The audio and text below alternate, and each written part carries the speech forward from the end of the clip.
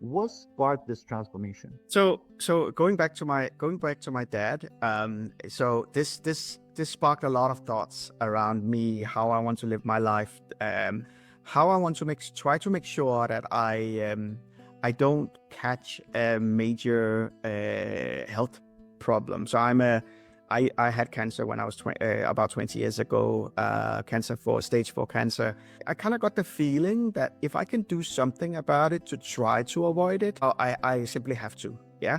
And then also another thing is that I realized when my dad passed that for 50 years, I always had a person to support me in anything I did. So I kind of thought, okay, so now suddenly it makes sense for me to live until I'm 90 plus. Also, I started doing calculations, looking at my family history and said, okay, in my family history, males are never more than 75 years old, for sure. So all this triggered me starting to do research around healthcare and how do you take care of you? And the first thing I Googled was, is it too late when you're over 50 to do something about it? And the answer is definitely no, it's never too late. It's just to get started.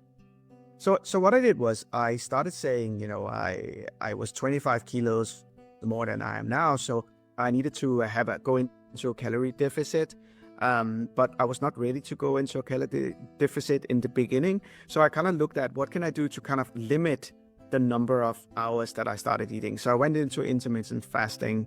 I did it from 11:30 to 7:30 at night. That was the only time I ate. I did that for the first 6 months, got my body kind of used to. I dropped a lot of kilos there. I definitely did, but it really started working when I also started doing exercise, especially pump iron. That was really when it started, and I started to understand this thing about, you lose so much muscle mass after 50 that if you don't, do weights, that's a muscle mass that's going to be very difficult to recoup again. So I had no intentions of becoming a bodybuilder or anything like that. I just wanted to stay with my existing body mass so I don't have a problem standing up when I'm 75 and stuff like that.